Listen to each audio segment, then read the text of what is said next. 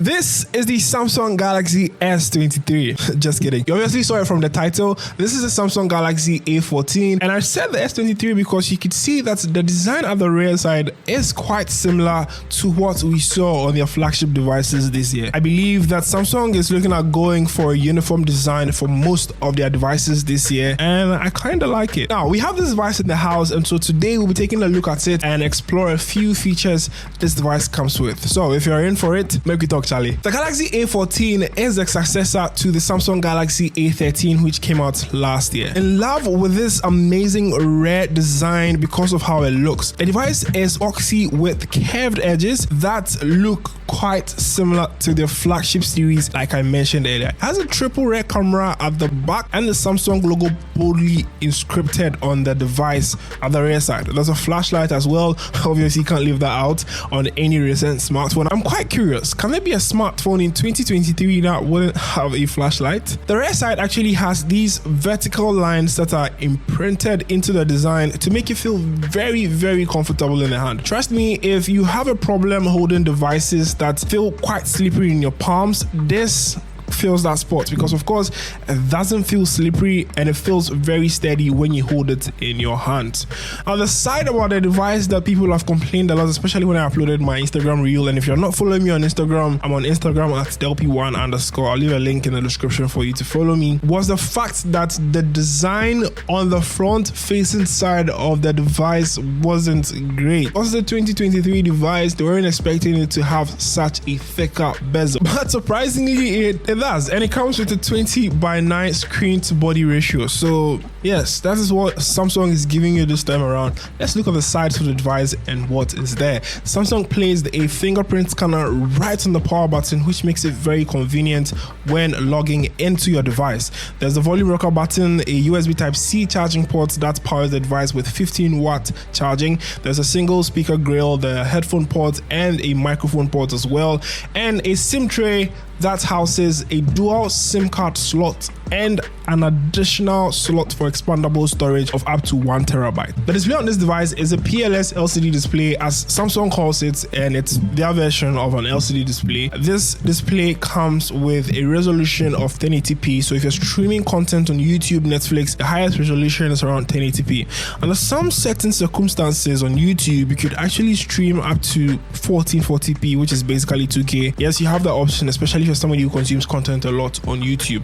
Unfortunately, the Galaxy A14 does not come with a 90 Hz refresh rate. Not forgetting, it's a 6.6 inch display, so it's quite on an average side if you ask me. I do have big palms, but it fits perfectly, so as if you're somebody who takes that into consideration as well, that's what you get on a device. Now, in terms of platform and OS, the Galaxy A14 comes with Android 13 and One UI Core 5. I recently received an update to One UI Core 5.1. I must add that this is the 4G variant and not the 5G variant, and this particular variant was made for Africans, so you wouldn't really get the 5G variant if you're in Africa, unless you're somewhere in Europe or the US. Performance is okay. In terms of gaming, you can't play some average games. I really won't advise that you play high-end demanding games like Call of Duty Mobile, Apex Legends, and the rest, like Genshin Impact, to be very honest. But if you're looking at playing other low-end games like Candy Crush, Subway Surfers, any other game that doesn't require high graphic intensity or performance,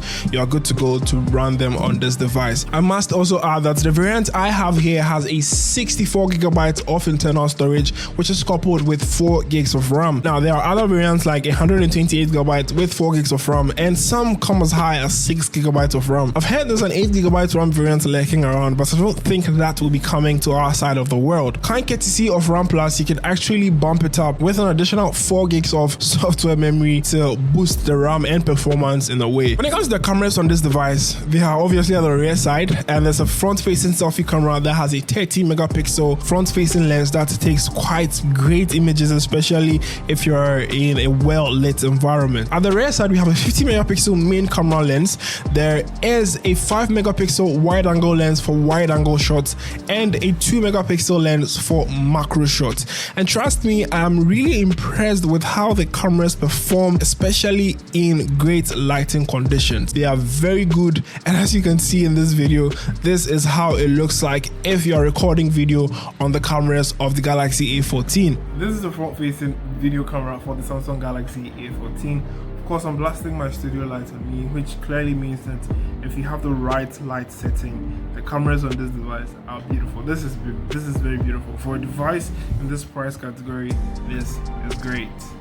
And you can record video as high as 1080p 30 fps on this device, so you should bear that in mind. And on the selfie camera, same applies. The cameras, images that come out of this device, videos that come out of this device is perfect. You have the chance to shoot in portrait mode, with which you can actually play with the blur intensity or blur strength if you are into that. I actually love the fingerprint on this device because it's quite swift for its price point. The price for the Galaxy A14 in Ghana cedis is 2,100 Ghana cedis, which should be equivalent to around $150 or $130. Of course, the device comes with a whooping 5,000 mAh battery capacity, which does extremely well if you're not somebody who is a heavy user like I am. Should last you quite a number of days at maximum, and you're good to go. You should also bear in mind that this comes with a 15 watts charging system, which basically means that it will charge slower as compared to its counterparts, which have 18 watts and higher. But in an hour and 40 minutes, or in an hour and 50 minutes, you should have the Galaxy A14 4G fully charged, if you're not running any applications in the background. I'm DELPPY, and this has been my take on the Galaxy A14. Let me also know what you think about it in the comment section. If you watched this part, leave the comment green in the comment section, and as always, we go talk more, Charlie.